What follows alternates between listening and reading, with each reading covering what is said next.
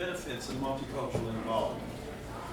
Before we do, I want to introduce myself. I'm J.C. Thomas. I'm the Multicultural Involvement Minister here. My bride, 50 plus years, is Glenda Thomas. She's the best part of our relationship. This is our minister, our lead minister here, Jonathan Storment. And his partner, Leslie, who is our fourth party, is not able to be here, but we will get her testimony that she wrote for us. And so what we're going to do today is we're going to begin with a biblical overview of multicultural involvement, and Jonathan will do that. And then we're going to tell our stories, our individual stories, talking about where we came from, and then the value of multicultural involvement from our vantage point. These will not be sermons or sermonettes. They will just an introduction, and then I'll give a practical overview, and we'll leave room if you have any questions or any things that you might. We'll try to leave some time for that as well. Okay. So with that in mind, we're going to begin with our minister, Jonathan, and so let's go. Yeah, I just want to say it's a great joy to get to do with Brother JC and Miss Glenda. We met at Jason's Deli by faith. Literally by faith. Faith Haygood introduced us, and we just randomly met and found out Brother JC and Miss Glenda, they've had a national ministry for decades doing this work. He was the director of diversity at Rochester University, and then they moved to Little Rock, and nobody knew it. And, well, I mean, they knew it. Other people in Little Rock knew it, but we didn't know it. And it's been a real gift for the last few years. And part of what I want to say is the reason they're good at this work is because they're really good at building relationships. And at the heart of multicultural ministry is relationships. It doesn't just stay in relationships, but it is at the heart of it. It's not letting go of each other in times like this of division and hostility, and understanding each other and trying to stand with each other. So the biblical overview of multicultural involvement, because I do think the New Testament is pretty clear on this once you see it. But because we live in America, we don't get culture. We live in what sociologists call an anti-culture. And here's what I mean by that. Culture is a Latin word for how we take care of each other. And we live in a very lonely, isolated, not caring world. So this is a world that was made, and it's basically a world that has traded. It's a great world to make money. It's a great world to have power. It's not a great world to be a human being. There have been 3 revolutions that have happened over the last few hundred years. The financial revolution, where where it used to be that wealth was based in land, and then it got based in cash, or now whatever it is that we're using. I rarely see cash these days. The Industrial Revolution, where we switched from all work before that was done with either human bodies or animals to machines, the Industrial Revolution, and then the Information Revolution that started in 1948. But you know this because instead of it's used to what people would do when they wanted wisdom. Someone tell me, what would they do? Good way. You'd ask an older person, right? Now you don't ask an older person. What do they know? Who do you ask? Google, who isn't a who. But the dark side of this is loneliness. I mean, you go to Circle K to check out, and you don't even have to talk to someone. You just wave your phone or watch or whatever over the payment terminal, and money is liberated from your account and goes to Circle K. And it's so normal for us, we forget. Billions of people in the world today and throughout history would have no idea what it is we're doing. That's why it's called anti-culture. This is not the world Jesus of Nazareth lived in. At one point in Jesus' ministry, they said, wait a second, is this not Mary's son? Is this not Joseph's son? They knew his entire lineage. It's preserved for us in Matthew and Luke. They know the story of where he came from. For the majority of my adult life, I worked at really large churches. And I worked around people who no one knew my parents' names. So outside of Brother JC and Miss Glenda and Brother Joel right there, how many of y'all know my mom and dad's name? Anybody?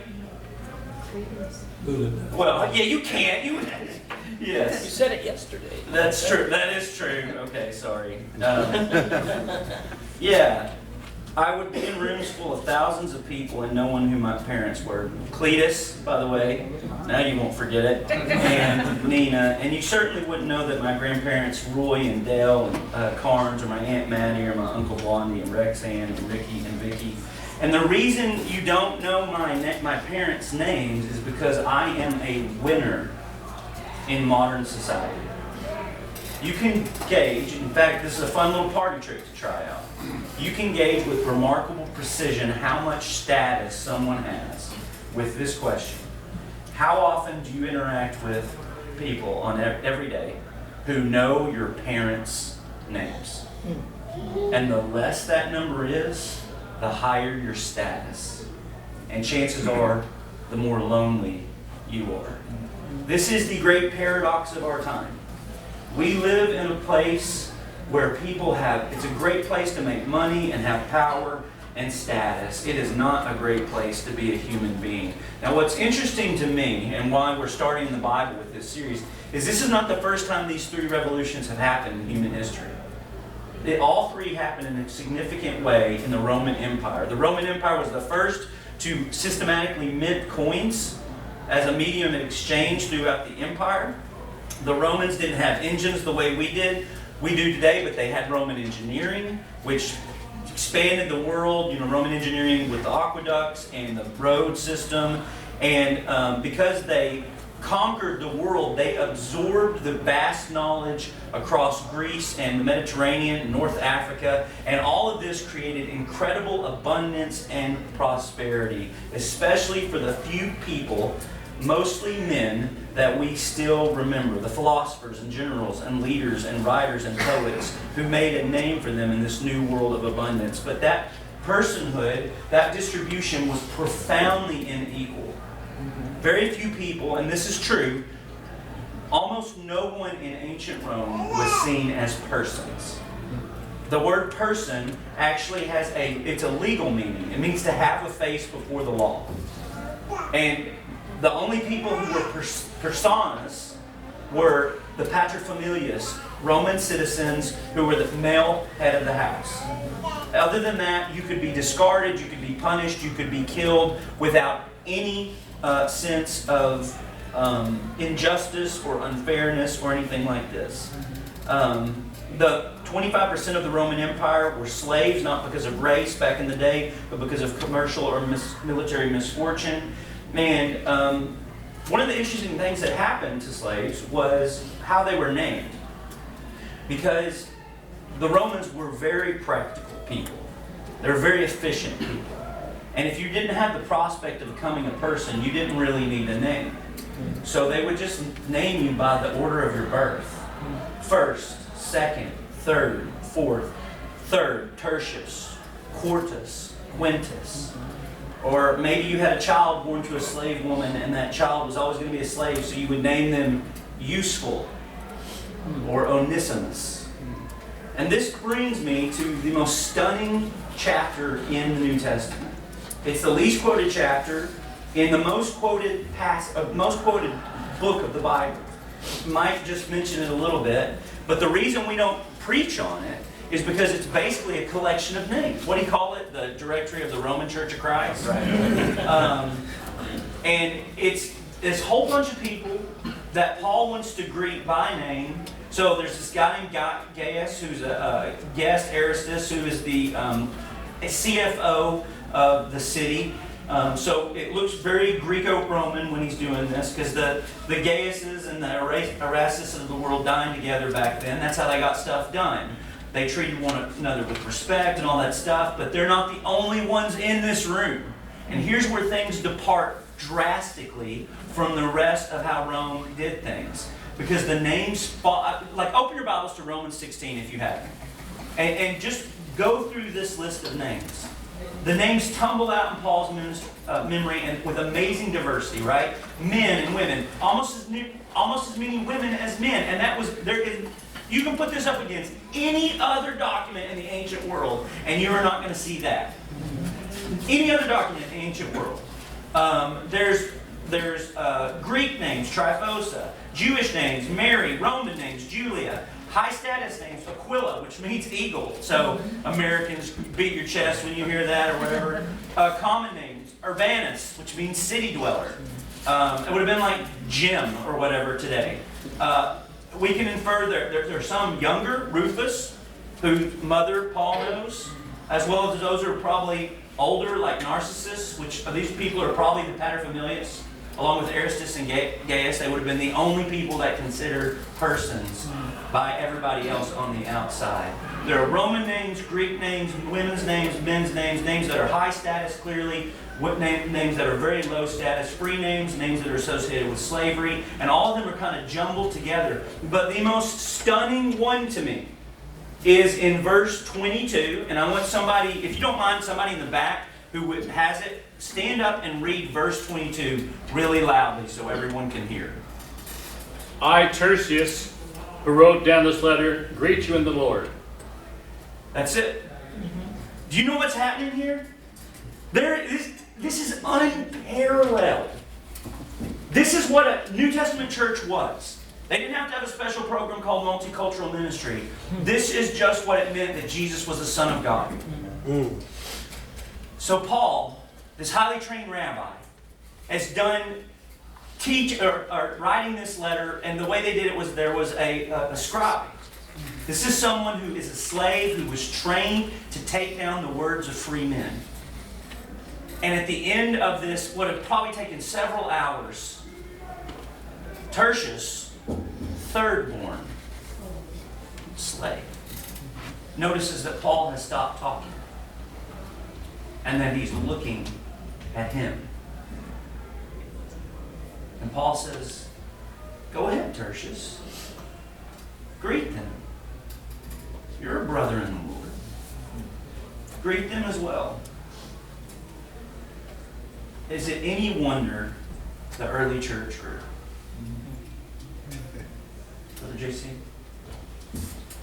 And so, appreciate that. We're going to now begin with our stories. Start with Glenda, and she'll tell her story, and she'll also tell the benefit that she has derived from multicultural involvement. And then Jonathan he has Leslie's story. Leslie was in our group, but she's a mother of 5, so I will just leave it there. She is taking care of, and she could not attend because of the children's activities. Jonathan will have her story, we'll have his story, and then I'll tell my story, and then we'll go ahead and do some practical things, and then we'll have some dialogue with you all. So be prepared to dialogue. If you don't dialogue, it'll be a very short class. and so we want you to participate with this. Out. Okay, my story begins when I was 4 years old. I was born in East Texas, about 3 hours from here in Mount Pleasant. And our family was a part of the Great Migration. And though there was no official leader, everybody was tired of UNPRO stuff. So we moved to California. And San Francisco in particular. And I was 4 years old, I went to kindergarten. And about 5 or 6, and we found a church to attend. And it was a Church of Christ, downtown Church of Christ. I don't know if it's still there or not, but that was a church that was all kinds of cultures. It reflected the city. And of course, as a child, you don't know what's reflecting what. You just know that there are people that look different. Everybody didn't look the same. Some people wore different things. They had different way of saying their words. And it just was a regular thing. And the benefit of that is I got to see a song leader who was Anglo. There was one that was Filipino. we had Brother Watts, who was Native American. I don't know what tribe he was, but, and he was married to an African American woman. There was a multiplicity of cultures. It just was just how it was. So it wasn't anything that we had any negatives about at all. The biggest negative we had was this, the church, people always have church scripture arguments, where women had to wear hats and people were disagreeing, and that I was little, but I knew that's what they were talking about. And and then at school, of course, multicultural. And I believe I was in second grade and I met my first best friend, Mary. And her dad was Filipino, her mom was Chinese. And she told me that, because I don't know, I wouldn't have known one from the other. And I went to her house, and she lived right on the corner, and we just spent time together. So the benefit of having been brought up in a multicultural life is that as I ventured into life, I was not afraid to be around people that were not of the same way of doing things. For example, Mary, in their house, they use different spices, so their house smelled different. And if she comes to my house, I'm sure she's gonna smell hair wrap, which only black people know what that is, or sulfur 8, the searing of the hot iron for straightening hair. It has a particular smell, and so. But in her house, that she had, and even Filipino spices are different than Chinese. They're not the same. So I went to her house and I noticed it smelled different, but it just was just a part of just being there. It wasn't anything to say, oh, or anything like that. But just being able to be at church, be in school, and to just make friends with all kinds of people and to just know all kinds of people has been beneficial to me. And especially as becoming a minister's wife, we've been in a lot of different kinds of situations. And it's just, I know that because of the way I was brought up, I'm able to interact with people from all walks of life. My mom was very, I would just say she was a woman minister before people even thought of having a woman minister, because that's what she did for her life. She took in the poor children. She would sell things door to door. And I remember this particular family she met, there was a lady there who apparently had drinking problems. And she had about 6 kids. And you could tell by looking at them, they were not fed and well taken care of. And so she would go to visit her and befriend her, and then ask her could she take the kids to Bible school.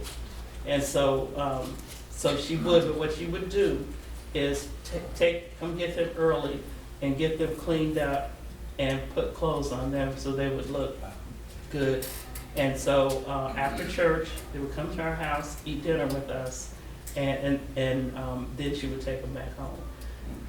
So one Sunday we were in San Francisco. At that time, we went to church all over the place, Oakland and San Francisco. But she met this lady. I don't know where she met this lady. And she had one son, and I guess she probably asked the lady, did she want to go to church? She said no, but she allowed her to bring her son. And so we picked him up and brought him with us to eat and then took him back home. This was just our lifestyle. And so in this process of just seeing, she never talked to us, well, this is what you need to do and accept people. She never said it. She did it. And that made a deep impression on me to, regardless whether it's a person that's the president of a company, or they could be the janitor, they could be homeless on the street, to look people in the eye, acknowledge them as a human being. And through her example, that's how you really share Jesus, is by just being him, acting like him, loving people, caring for people. And I've seen so many people have difficulty in getting close to people who are different than them because they're around people like them themselves all the time. And that's black and white and any other nationality. If you're just with people that are like you and you're all just comfortable in that, it feels awkward to try to invite somebody in or try to go into somebody else's perceived to be their space. It is more awkward, and I had to learn to empathize with that especially in our ministry, because sometimes it's like, why are people making this so hard? Mhm. You know, but it's because it is hard for them, and so I do understand it. And here in the congregation, 2.5 years now, we've been working in the ministry together, and as we've grown in our conversation, we began with all of us telling our story, which gave us all one big sigh of relief to know that we've all had unsuspecting things happen to us, and it's like, wow, how did I come to know about race? And that's what all of us shared. And you can't look at people and know what they've been through or anything, you can't assume. But we've gotten to the point now where in our relationship building, we're reading a book, well, we read several books. Right now, we're reading a book by Jamar Tisby. Not this justice book, but the one before, How to Fight Racism, which is a stunningly practical book, and I would highly recommend it. But we've gotten to the point in our conversations beyond High by a church that we have a group. So if we have any concerns, we need prayer, somebody died or whatever. With a church this big, it's hard to keep up with what's happening to everyone. But in our group, we share, we tell people when we're sick, if we're having a surgery. It doesn't mean everybody has to come, but we know, and we know we can tell each other. And in class, reading the book, it's called White Fragility, was our first book. And JC can talk a little bit more about that. But one of the things that we were are intentionally doing is holding ourselves open for the Anglo people who are trying to process things that are hard to talk about and things they've been told do not talk about. Whether you learned it in watching what happened to someone who said something, or you've been explicitly told that it's hard to talk about. So our intention was to hold that space, to be just present after you hear what she has to say, which is she's pretty direct, but I mean, it had to be said, but it was better said by her. But we just sat together listening, and then people would say, just spontaneously as they examined, I don't really like this, but you know, I've said that before. I've thought that racist thought. I've had that attitude for a long time. I thought I understood, and I didn't really need this class, or I didn't really. And it's like, these were things that were byproducts that came out through the Spirit touching people, not through us saying, well, you know, you need to confess what happened in the past and what your ancestors did. The book was a catalyst, and we were like vessels to. That's why we did not have arguments going back and forth. Now, we did have one situation, but it wasn't anything really radical, but it was handled. But it can be done, the conversations can take place that we're so afraid of having. It's so much easier if you just start it. Just start it and say, you can even tell your story if you're talking to someone who you think maybe doesn't know your story. You know, it's just Lulu's in our group, and she's here today, and we've shared things. She shared with the class, and we've talked privately more in depthly, but just getting deeper. It has just been life-changing. Okay. You gonna tell Leslie's, or you gonna tell yours first? I'll go with Leslie's. What I want to point out is I think the humility that they have entered this ministry with, because they were creating, and they started, Brother JC and Miss Glenda started it with telling your stories. I really do think that's the way, if you're looking for implementing multicultural involvement at your church, I do think getting story. So, Brother Guy. Brother Guy has been at this church for, how long would you say, Brother Joel, that Brother Guy has been here? Oh, Guy has been here probably 30 plus years. Yeah. And he is deeply loved at PB.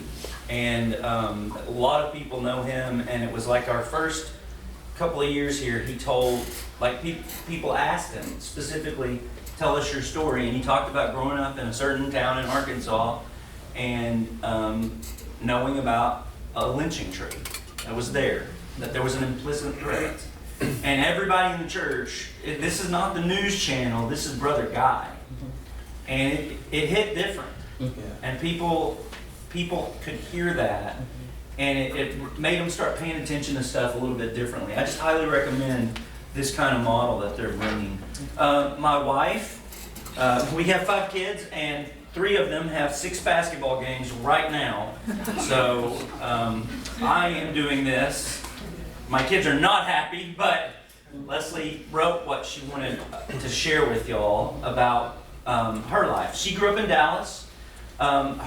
She's a first-generation Christian. Her mom married her stepdad, who was a Muslim from Palestine, and his name's Hisham Abulhaja.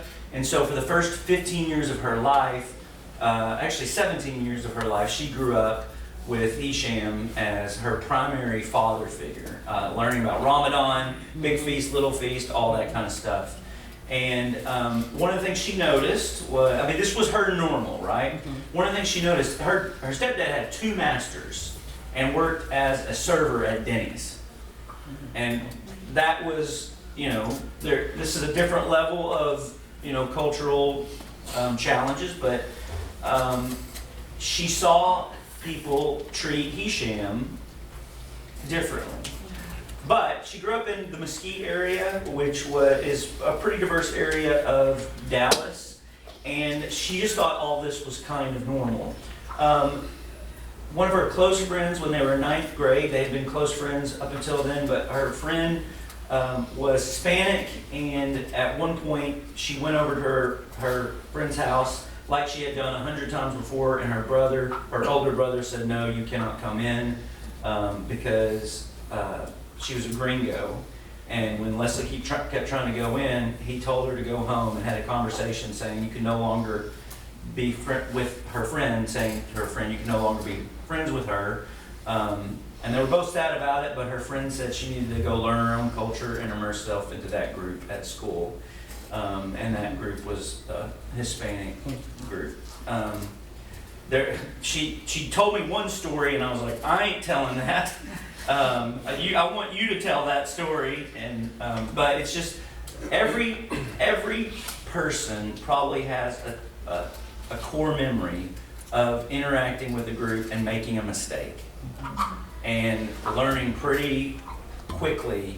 And what happens next depends on if we're going to keep doing this ministry or not. And anyway, her story was pretty big, and she realized that there was a wall that divided us, and that she had hurt some girls that she never meant to get to offend. So she started asking a couple of her best friends help navigate the halls in high school. Then she went to Harding, and she met people that had never met a person of color, like in their entire life. And they were scared of people who are different, categorized African Americans as people who would hurt you, get super aggressive, were in gangs, thinking they would rob you or rape you as a white woman. And that was bizarre and offensive to Leslie, coming from Dallas, especially the part about gangs. She's like, I know gangs, and they come in all colors. Anyway, she could see racism for what it was when she was in a different culture or state than her own. And I know these people that she's talking about. We introduced them to black brothers and sisters, and their opinions changed. Those conversations were uncomfortable but filled with grace, as they were granted permission to ask all kinds of questions. And that is the thing, and this is kind of what you were hearing from Miss Glenda. Did you know that if people hold prejudice and you talk to them and dismiss them and don't hear it, their prejudice hardens? This is true. This is a psychological truth. But if you listen to them, and you listen well, and then you respond back, like what Ms. Glenda's talking about, that prejudice softens, and then it can eventually get eradicated. That is a true thing about the way human beings are. And so part of what this is just being able to, because every human being has prejudice. And if you don't think you haven't been around the people you have prejudice towards lately. And anyway, so having those kind of conversations about culture, hobbies, upbringings, telling your story, and she said she's seen veils lifted over and over again. She encourages us to be a friend who listens and walks life together. My story is, I grew up racist.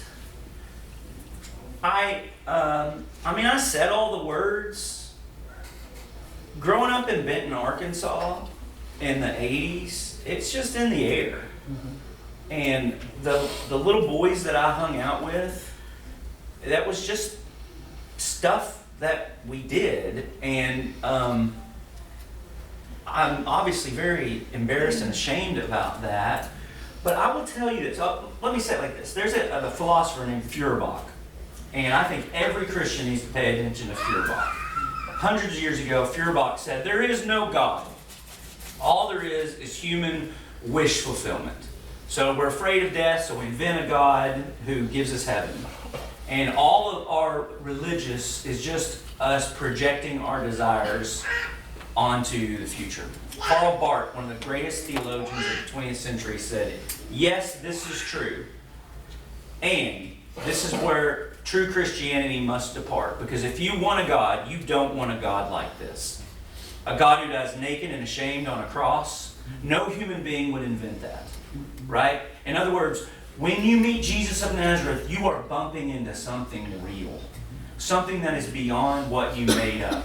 And the reason I think every Christian, especially in America, needs to pay attention to Feuerbach is, have you noticed that there is very little daylight between people who are progressive Christians and progressive politics?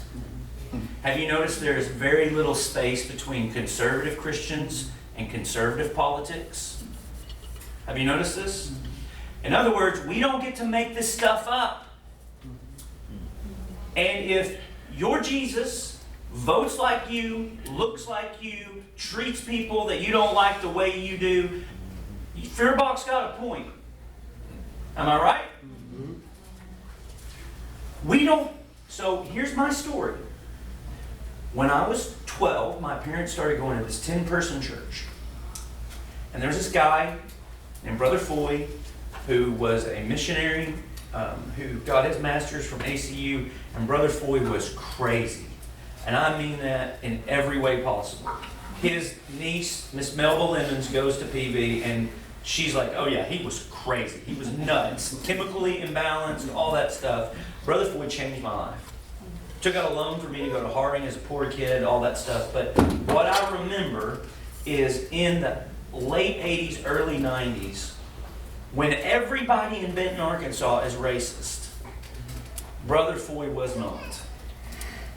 And Brother Foy talked about it all the time, uncomfortably so, in this little 10-person church. He didn't talk about politics, except Jimmy Carter. He loved to bring up Jimmy Carter. You know, Jimmy Carter hadn't been president for 20 years, so people were like, okay, fine. But he over and over again talked about it, and he called people to repent who were racist. And he showed us in the New Testament, the stuff like what I showed you today, or Acts 10, or Galatians 2, or the letters of Paul and Ephesians. And he talked about it all the time. And here's what, and I don't have a better way to say this. I knew I was bumping into something real. Something bigger than a human construct that we were making up. Because nobody likes Brother Foy talking about it. Yeah. He wasn't getting paid. It was a 10-person church. But here's what happened. God convicted Brother Foy in the 60s that he was a racist growing up in Arkansas, just like me. And so Brother Foy knew. And he moved to Marianna, Arkansas, where he taught math in a primarily African-American school for 6th and 7th graders. And all the time. And Brother Foy was not like politically correct about how he talked about this stuff. I brought a group of people from Harding one time back to Haskell, to the church, to help give them a shot in the arm.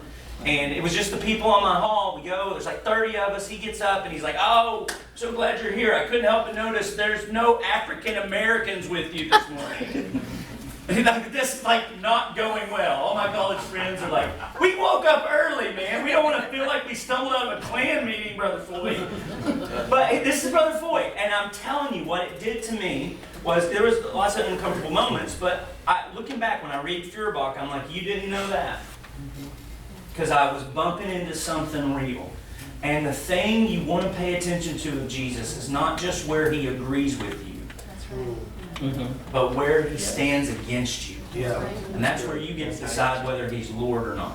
yeah. And part of the reason I have not been able to walk away from this Christian faith is because I think we're bumping into something real. So that was part of my own kind of repentance. And I'm joyfully repentant these days. Amen. Thank you. Well, since I'm old, I got to stand up. You want this? No, I'm good. I'm good. I was born in 1950. And therefore, when I grew up, I saw television. I grew up in a predominantly African-American neighborhood. It was a middle-class neighborhood. My dad, everybody, they had standards for how your lawn and everything. We had the most beautiful lawn. You were not able to leave your house any kind of way. It was a neighborhood, a watch neighborhood, and we grew up there. I went to a predominantly African-American elementary and junior high.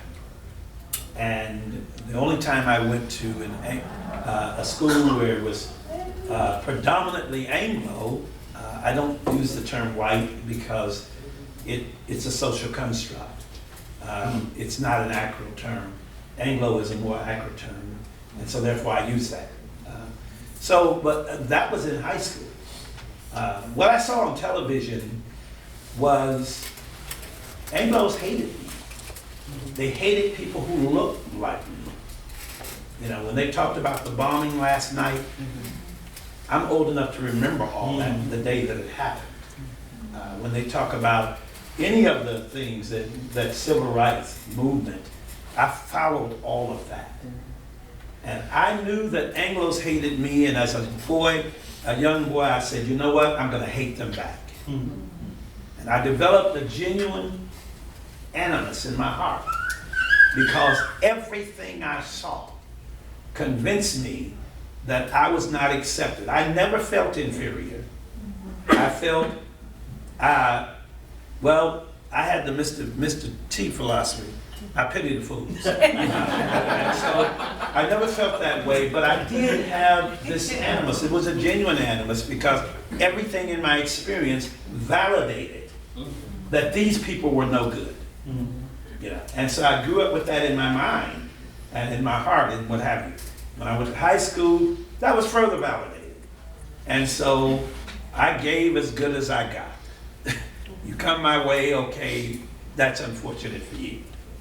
And then having had that mindset, I also had the mindset that black people, those were my people. Black people loved me, Anglos hated me, and that was my point of view. So I went to the military. I went to the Army to escape the streets of Detroit in the 1960s, black on black crime, 300 unsolved murders each year. I was in the gangs, and you didn't leave your house unless you were packed or with someone. If you don't know what packed is, see me afterwards. And so having left my dad's house, and the reason I left my dad's house, he was abusive. He was suffering from post-traumatic stress disorder, which black folks could not get care. And then he was suffered from post-traumatic slave disorder of being a boy, no matter how old he got. My dad left the South and went to Michigan. So I grew up in Michigan, not in Louisiana, where my folks were born. And my dad gave me the philosophy. He didn't talk racism. He just said, you look a man in his eyes, and yes and no is sufficient for any man. I don't want my kids scratching when they're not itching, and laughing when it's not funny. So that was his philosophy. He was a proud black man, but he never was anti, as far as I could tell. But nevertheless, having grown up in that environment, I became anti. So now I go to the Army. And then they send me to Dugway Proving Ground in Utah, who the Mormons at that time was teaching I didn't have a soul. That was a part of their teaching in their church. Black folk didn't have a soul. So that validated my point of view about Anglos, even more so. Because they said when you die, you're like Rover, dead all over. We didn't have a soul, so we weren't going to heaven.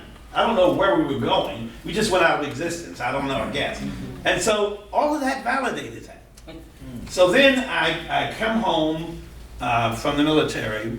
They decided that I made the decision that I said I don't want any, at that time I used the term white, I said I don't want no white people coming in my room at all.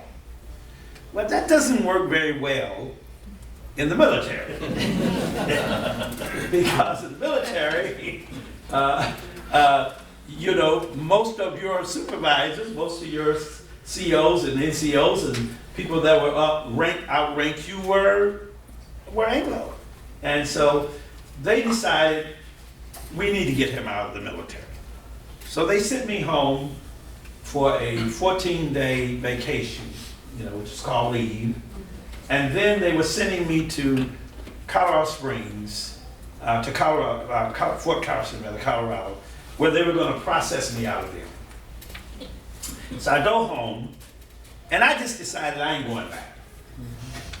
So I was 29 days AWOL at the time. You know, when you're 30 days AWOL, you know you are a deserter at that time, and then you automatically get an undesirable discharge. So here I am, 29 days AWOL. It's a Sunday. I'm gonna tell you, since I'm telling you my story, I was the doorman in the dope house. Not because I was taking drugs. My job was to shoot first and then ask questions of what you want. My job was to protect the dope man. That's what I was doing. That's where I was in that dark space. And there was a knock at the door. And here's my childhood friend, Timothy Luster. He's a preacher in Tulsa, Oklahoma. Timothy. And Timothy is knocking at the door. Now I'm mad because what is this church man doing at the dope house? And I was mad. I said, what you want, man? And he told me, he was quite fearful, and I really was crazy at that time. And I was serious. He said, I just want to talk to you. So I said, okay. So I did the first thing you cannot do as the doorman. I told the dope man, I'm going in the back. And the dope man was more afraid of me than I was of him, and justifiably so at that time. And so therefore he said, okay. I go back, I said, what do you want? I'm really angry. He said, JC, I just want you to know, Jesus loves you. I love you. You're better than this. I had no words. I literally had no words. I didn't know that Jesus loved me. How could he love me? Look at all the stuff in this world. How could he love me? But for the first time, I believed. I believed Jesus loved me. And I believed that Timothy loved me. So I did the carnal thing that you can't do. I told the dope man, I'm out of here. And of course, I was packing anyway, so he said, okay. So I left. I left the dope house and I went to the church house. And Brother Thompson, big 6'7" African American, I know you know Brother Thompson, put his arms around me. He said, son, Jesus does love you. And that evening, after 7 years of not going to any church about any business except for a funeral of a friend, I went down and I made a public confession. And I turned my life over. Amen. And that was over 54 years ago. And I've been walking with Jesus ever since. But something, that was not the end. Something happened to me. My multicultural involvement experience evolved. Here I was in PCF. That was a limited control facility. I was not, but if you were not locked up in jails, the whole facility was on lockdown.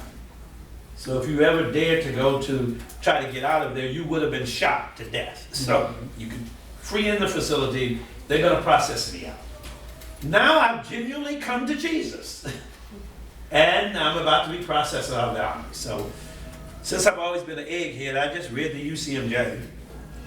And that's one of the things I started reading. I started saying, well, I got to get back in this army. I cannot afford to be processed out of the army and then go back to the streets of Detroit with an undesirable discharge. So I talked to the Lord about it and I read. And I talked to that captain and said, I want to go back to duty. He said, okay. So he sends me with orders to go to the 2nd Battalion, Company C, to the man who I knew loved me, the black lieutenant colonel. And when I walked in there, he said to me, what's your name? I said, Thomas, sir. He says, get out of here.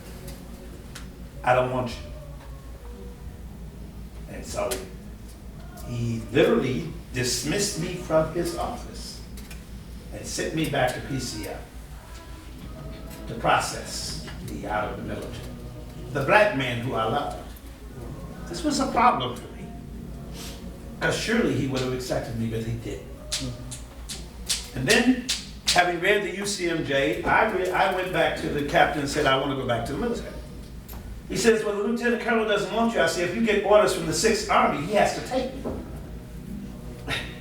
And so he says, but I got to send you back to him. I said, that's all right. So I went, they sent me their Company C directly across from the lieutenant colonel's office, the commanding officer of Company A, B, C, and D. And he came over and he said, he walked over to my face and said, Thomas, I don't like you. And as soon as you mess up, I'm going to send your black so-and-so back to Detroit. Language I don't use. That's the black man. I walk into the orderly room. And my captain, who is an Anglo, said, Thomas, I looked at your scores. You were one of the top people, you were the top person in your class. Plus I could type 100 words with no errors on the typewriter.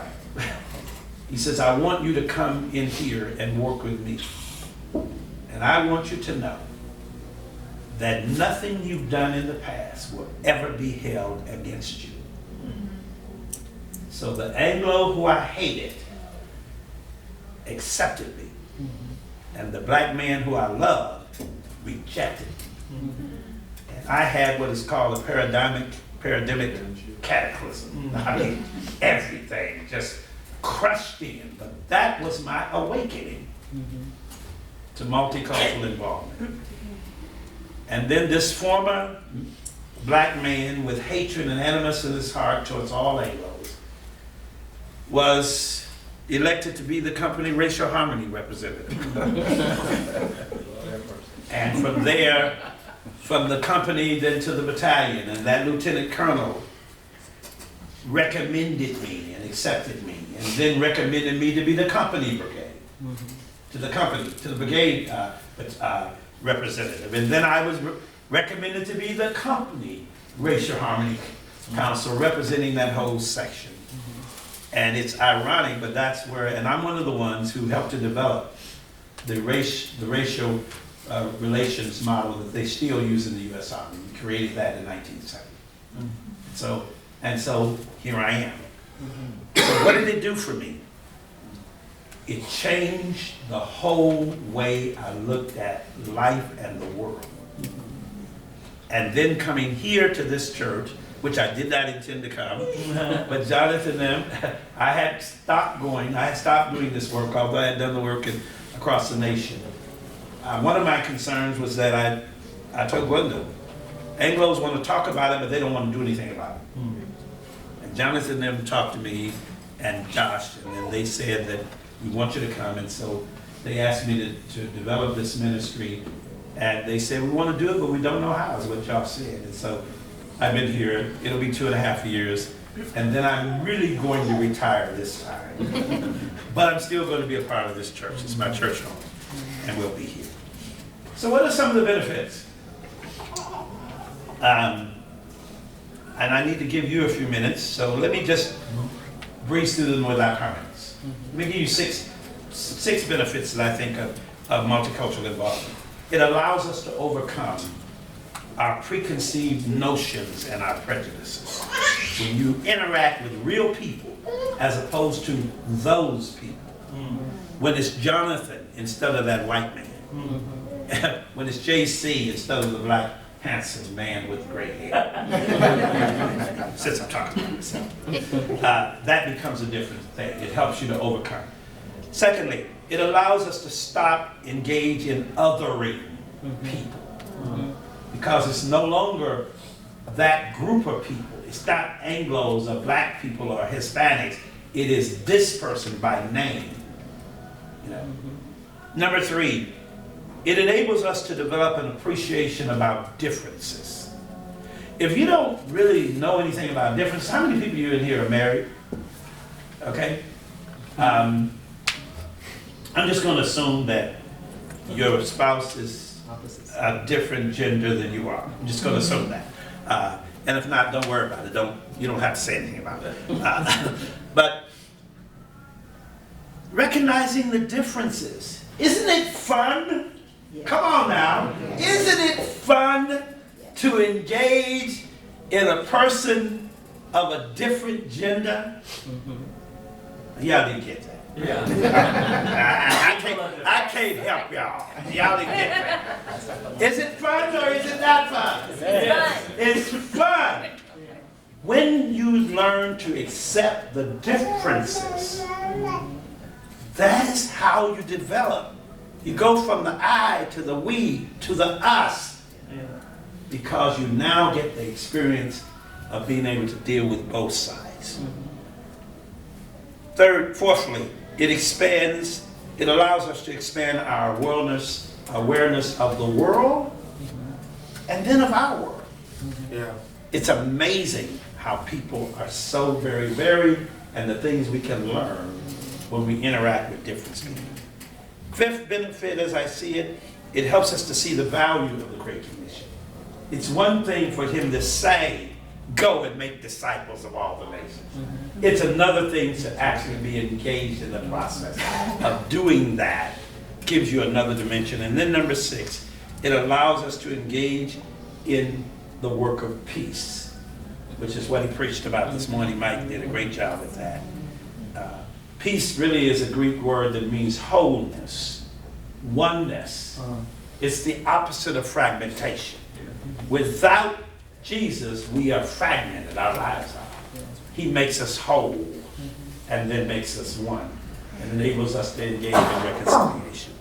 That's all I got to say. I'm going to leave just a couple of minutes for, is there anything that about this benefits that you have derived from your own experience? Anyone like to speak? And any questions you have? A question or anything that you arrived? I'll give you the option. About benefits. What do you gain? Have you gained anything? I don't want to know if you didn't gain. That's a conversation for another time, not this session. Yes, sir. Jonathan, I kind of connect with, especially just because where I grew up in Texas, I grew up near what many know as the sundown towns. Okay. And being from Abilene, Comanche, Texas. Comanche, known for the courthouse and the hanging tree. And what's amazing is there's so many other things that the town is known for. But that's the first thing that people think about. Sure. I grew up playing them in athletics. I grew up, just being around them all the time, 30 miles down the road. And I still remember a time when the sign was up. Oh, wow. And the big talk of the sign coming down. And it was so ingrained in what I knew that I didn't realize later in life that I was that I was racist. Sure. you know, and fast forward to my life now, my 10-year-old, I live in East Texas, deep East Texas, here in Lufkin. Her two best friends look nothing like her. And her best friend, Bella, who is about a foot taller than she is, and they're the same age, she says, "You mess with my bestie, you mess with me." And I sit there and I watch their friendship. And I'm reminded of the shame that I had when I was from being younger years, but I'm also reminded of hope. All right.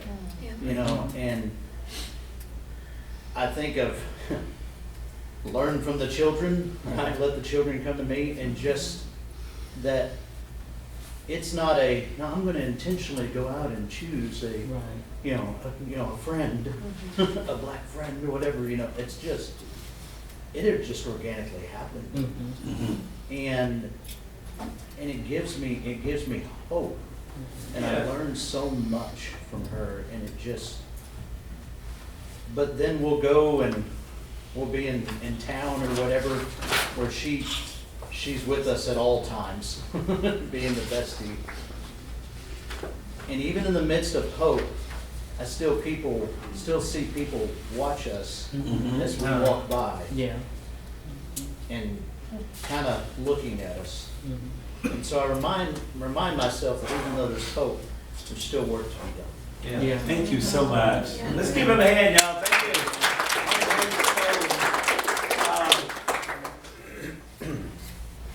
I'm going to ask Dr. Joel Anderson to say something.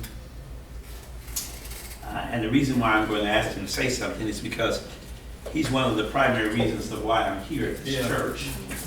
Joel and I, during the pandemic, we met every Wednesday at Burns Park, even in the winter, and we talked about multicultural involvement, race, matters of race, and what have you. We studied some books together, and and because of him and his friendship, he gave me insight about, not only deeper insight about Anglo culture, but I've been around Anglos all my life, but also about PV culture. I'm going to give you the last word about multicultural involvement. I'm just going to ask you, how have you benefited from multicultural involvement, sir? And then we're going to close. Well, thank you. As I sat here, there were a bunch of things that went through my head. One is that if you engage in these multicultural efforts, you make new friends, and it does happen organically. And JC is now a dear friend of mine, as is Glenda, and I'm grateful for that. And I think one of the things that heartens me the most about what's happening here, as well as the AGAPE conference, is, and I'm proud of this church for hosting it, but if we look at the record of the church over the last century and a half now, or essentially its whole existence from the time of Alexander Campbell and Barton W. Stone and our Stone Campbell tradition of the church, it has and it's been predominantly white, and what I'm about to say, it has a very poor record when it comes to race. And I think we still have a painfully long way to go, but these efforts nudge it along. And I think that nudging strategies are like a football or a basketball game where you're behind, and you may be seriously behind, but if you just keep pushing, you just keep working at it, there may be a breakthrough all of a sudden, and you may make a lot of progress. And I guess that's my hope.